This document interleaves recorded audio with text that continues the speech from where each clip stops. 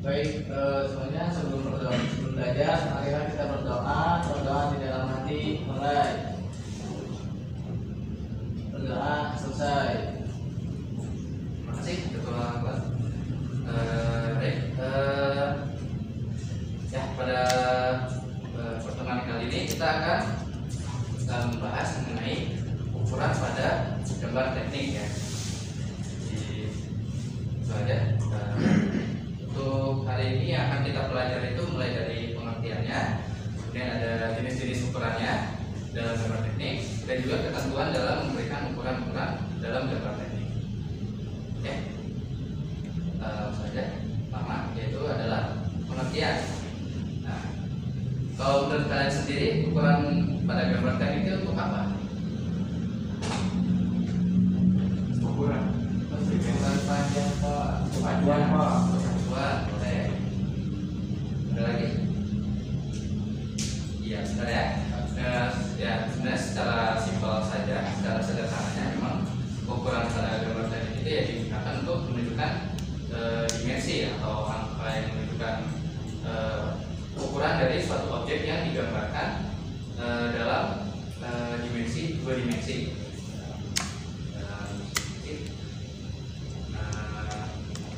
Langsung aja, secara simpelnya gitu ya.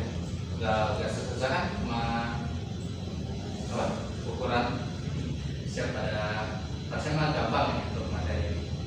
Boleh, langsung aja kita lanjut ke macam-macam ukuran. Nah, untuk macam-macam itu ada 4, yaitu ada garis penunjukan ukuran, garis batu ukuran, angka ukuran, dan juga simbol penunjukan ukuran. Kita akan bahas satu persatu, mulai dari garis penunjukan ukuran tertentu.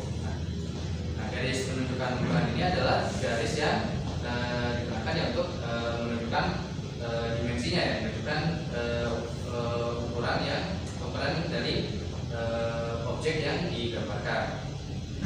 Nah, tepatnya dalam gambar 2 dimensi. Nah, di sini garis penunjukan ukuran itu dia ada 3 jenis, ada yang berantai atau seri, ada paralel atau bertingkat, dan satu lagi gabungan. Kita akan lihat satu persatu. Nah, ini untuk pertama itu berantai, jadi menunjukkan ukuran itu dalam garis yang sejajar seperti ini, dalam ruas-ruas atau ya istilahnya sama ya seri atau berantai ya. Jadi ukuran di sini, kemudian kita lagi ukuran dari sini ke sini. Jadi setiap garis ini untuk diberikan ukurannya. Jadi ukuran dari ujung sini ke sini, dan seterusnya. Nah, nanti dia akan dilihat selanjutnya yaitu paralel atau bertingkat. Nah, di sini bisa lihat perbedaannya ya. Kalau tadi secara berantai itu ya begini ya, seri sejajar ini. Nah, kalau paralel dia itu bertingkat. Jadi di sini ada 15, 30, 60, 95, dan 120. Dibuat bertingkat seperti ini. Nah, perbedaannya dengan yang sebelumnya, dengan yang berantai, dilihat ya di sini, dia menunjukkan ukurannya itu dari jarak ini ke jarak sini, kemudian jarak dari jarak sini ke jarak sini, dan seterusnya. Sementara kalau dalam yang paralel, dia dari ujung sini ke ujung sini untuk yang 14. Kemudian yang setelahnya diukurnya dari ujung sini ke sini. Itu untuk paralel, dan seterusnya. Baik, akhirnya dari ujung yang ini sampai ke ujung ini. Kemudian yang selanjutnya yaitu adalah gabungan. Jadi yang menggabungkan garis penunjukan ukuran seri dan juga paralel. Gabungan di sini. Jadi di sini ada menunjukkan kalau untuk yang seri. Jadi dari ujung ya, kayak tadi ya, kayak yang sebelumnya, dari ujung ke ujung, dari satu ujung ke lain. Nah, gabungan digabung seperti ini. Nah, biasanya kalau untuk gabungan itu dia pertama menunjukkan ukuran yang satu persatu setiap ruasnya, baru setelah itu menunjukkan ukuran fullnya seperti itu. Nah, langsung aja kita next ke. Nah, kemudian ada yang namanya garis bantu ukuran. Nah, kalau secara simpelnya garis bantu ukuran itu ya garis yang digunakan untuk ya seperti namanya untuk membantu, yaitu untuk menuliskan yang membantu supaya bisa menuliskan ukurannya. Yang ini ya, ini garis bantu, ini juga termasuk garis bantu. Oke, lanjut lagi. Nah, sekarang kita masuk ke ketentuan garis penunjuk dan bantu ukuran berdasarkan standar ISO. Jadi di sini kalau dalam gambar teknik itu pasti sering dengar ya namanya mengikuti standar ISO atau berdasarkan standar ISO. Nah, ada yang tahu nggak ISO itu apa? Ya Pak, Tahu? International Standard Operational. International Standard Operational. Oke. Apa tuh? Itu adalah standar yang dikeluarkan secara internasional. Oke, boleh. Boleh, silakan. ISO itu setahu saya International Standard Organization. Jadi itu adalah organisasi global yang menentukan untuk standar-standar suatu benda atau apapun itu. Oke. Ya. Betul. Terima kasih. Silakan berkenan pada kedua siswa. Betul ya. Jadi betul. ISO itu adalah sebenarnya ada singkatan dari ya tadi ya International Standardization Organization. Nah ini tuh, sebenarnya itu apa? Jadi ini itu sebenarnya adalah suatu bisa dibilang suatu badan non pemerintah yang dimana dia terdiri dari beberapa negara anggotanya. Nah, dan untuk apa fungsinya? Jadi sebenarnya untuk memberikan standarisasi dalam perindustrian supaya apa istilahnya keseragaman, supaya tidak ada, supaya itu memudahkan dalam memproduksi barang dengan kualitas dan semacamnya, supaya tidak berbeda-beda setiap negara. Nah, kemudian bagaimana untuk ketentuannya untuk memberikan garis penunjuk itu dapat dilihat pada gambar untuk pemberian ini ya garis penunjuk untuk penempatan angkanya seperti ini, dia tidak boleh berada di pinggir seperti ini. Jadi bagian atas ini yang salah, yang betul itu yang bagian bawah. Jadi dia berada di tengah, berada di atas garisnya, kemudian dia sedikit di jarak. Nah, di sini kalau dilihat dari gambar, sini yang pertama dia garisnya di jarak, angkanya di jarak, tapi dia berada di kiri sebelah sini, itu tidak boleh. Yang bawahnya juga dia ada di tengah, tapi dia tepat di bawah si garisnya di sini. Kalau di sini ada celah sedikit ya, nah seperti ini yang benar. Karena yang ini itu salah. Yang ini juga sama. Ini dia angkanya berada tepat di garisnya, di tengah-tengah garis. Kemudian yang ini juga sama, di tengah-tengah garis, hanya garisnya jadi terpotong. Ini juga tidak boleh. Kemudian yang ini juga sama, berada di pertengahan garis dan kemudian angkanya di tetap 190 derajat. Ini juga tidak boleh ya. Nah, ini dan terakhir juga tidak boleh berada di bawah garis. Jadi kalau untuk horizontal ini, secara horizontal itu dia angkanya harus berada di atas dan diberikan jarak. Nah, kemudian di sini dulu ya, gambar yang ini bisa dilihat di sini kalau misalkan dia vertikal. Nah, vertikal juga sama seperti dengan yang sebelah. Kalau misalkan dia horizontal, kalau vertikal dia harus berada di sebelah garis. kemudian sejajar dengan garis angkanya, dan diberikan jarak seperti biasa. Nah, kalau ini salahnya seperti ini. Oke, sama ya seperti yang ini horizontal. Nah, kemudian untuk pemberian anak panah nanti akan dijelaskan lagi, tapi ini secara detailnya. Kalau misalkan untuk memberikan anak panah tapi dia ukurannya kecil seperti ini, itu dia tidak boleh anak panahnya berada di dalam garisnya. Jadi harus ada di anak panahnya harus ada di luar dari garis bantu. So next, nah ini juga sama. Untuk garis bantu dia tidak boleh memotong seperti ini ya. Yang kalau seperti ini salah.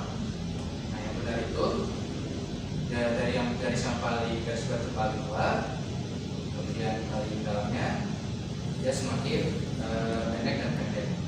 Jadi jangan disamakan atau dia bagian dalamnya itu garis bantu yang dalam yang seperti ini misalnya dia lebih tinggi dari garis bantu yang di luar, karena nanti itu dia jadi terpotong.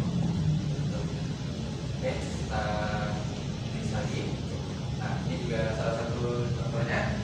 Nah kalau ini dalam memberikan garis penunjuk dan garis bantu itu kalau bisa diminimalisir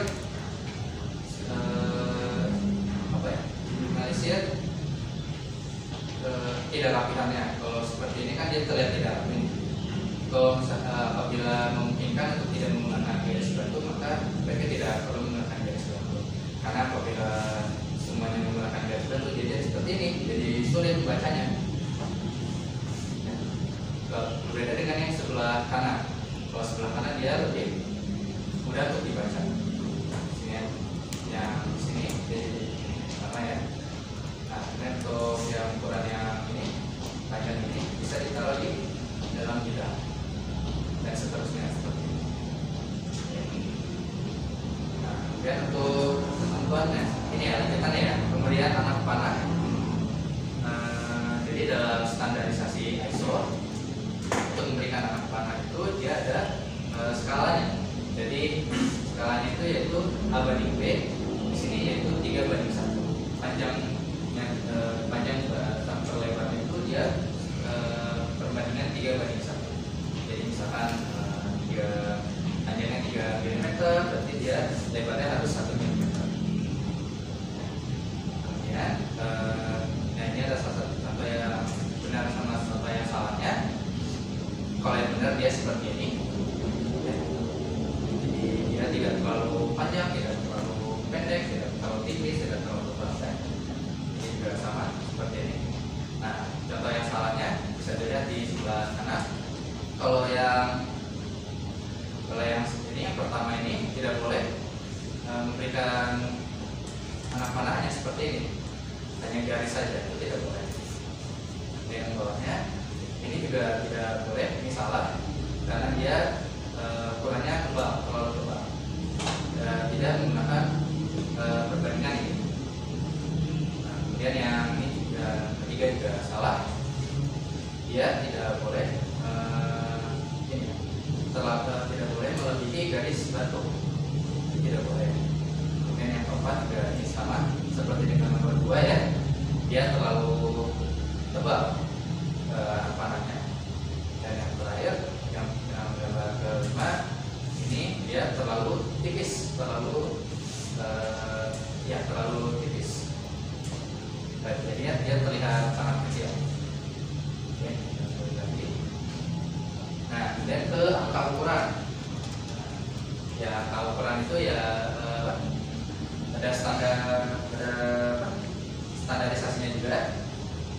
Ya, dimana di sini ada huruf besar, ada huruf kecil, jarak hurufnya, jarak garis, jarak tiap katanya, dan juga lebar hurufnya. Di sini ada ya, namanya, dan ada apa? Namanya ketentuannya. Kalau huruf besar, misalnya, nah ini huruf besar, ukurannya segimana? Misalkan 2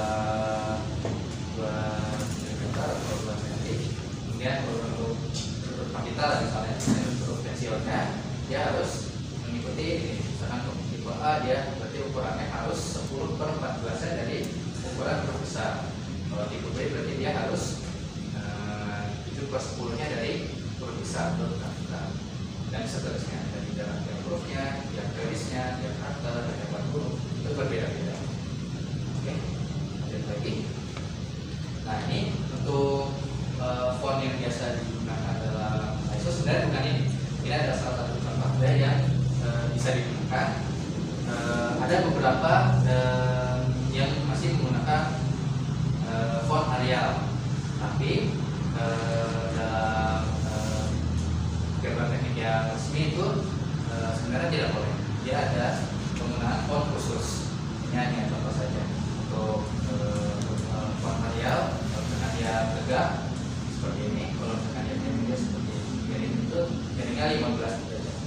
Kalau di AutoCAD itu misalkan gambar AutoCAD dia pakai italic. Oke. Nah, di sini untuk font yang biasa digunakan itu adalah ISO. Nah, kalau ISO sebenarnya ada banyak jenis-jenisnya. Ada ISO CP-EUR, ada yang CT-EUR, ada ISO CP dan sebagainya.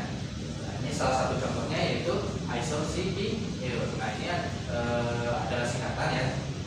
ISO CP-EUR ini adalah singkatan dari ISO Compressed European.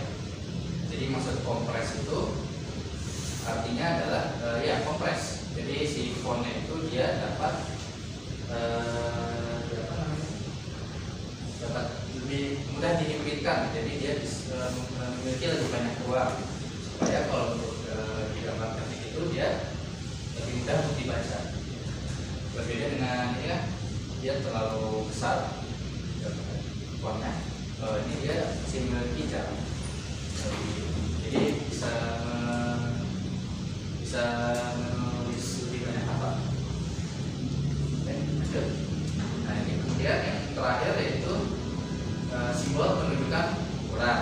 Nah, umumnya kalau untuk simbol penunjukan itu dia ada 5. Ada simbol diameter, simbol radius, bujur sangkar, radius bola, dan diameter bola. Bisa dilihat di sini. Ada diameter, dia bentuk lingkaran, kemudian ada garis silang atau garis straight di tengahnya. Kalau radius dia menggunakan simbol M untuk radius. Kalau rumus bujur sangkar, simbolnya dia menggunakan gambar persegi atau bujur sangkar. Kalau radius bola dia menggunakan simbol SR atau spare radius, bola radius. Kalau diameter bola dia menggunakan ini simbol.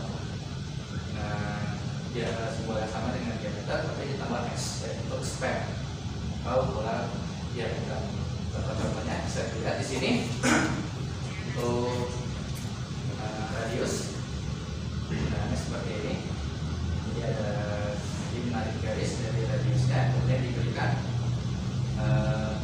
ukurannya. Misalkan ini R14 itu artinya dia jari-jarinya 14. Kalau ini berarti dia jari-jarinya 7. Baik, 7 cm, 7 mm itu tergantung ukurannya. Dan kalau untuk diameter contohnya seperti ini. Ini untuk misalnya ini diameter lingkaran.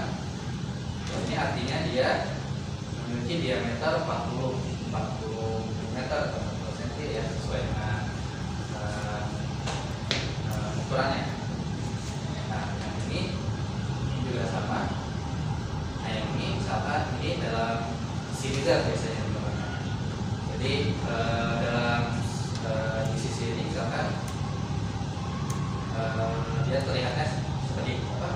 Seperti persegi panjang. Tapi kalau dia dilihat dari sisi lainnya, yaitu bulat. Nah, itu menggambarkan, artinya itu dia menggambarkan itu adalah silinder. Nah, di sini ada diameternya. Berarti di sini diameternya 40, di sini dia diameternya 30. Dan kalau untuk yang bujur sangkar, nah, bujur sangkar juga sama. Ya, artinya untuk menunjukkan bahwa dia itu berbentuk persegi. Jadi misalkan dari sisi sini, kemudian sini ada tulisan simbol bujur sangkar dan pada tulisan 40, artinya dia pada sisi lainnya yaitu artinya dia memiliki ukuran 40 kali 40 dan persegi atau bujur sangkar. Sama seperti yang ini juga, artinya pada di sini sisi sini kali 60 untuk ujung sangkar atau persegi. Oke, next. Nah, ini misalkan ada untuk radius, ini harusnya untuk radius bola. Di sini di sini bisa dilihat ya. Kalau SR 60 artinya dia diameter bola 60. Kalau di sini berarti diameter radius bola 60. Kalau ini berarti radius bolanya 17. Yang di sini juga sama.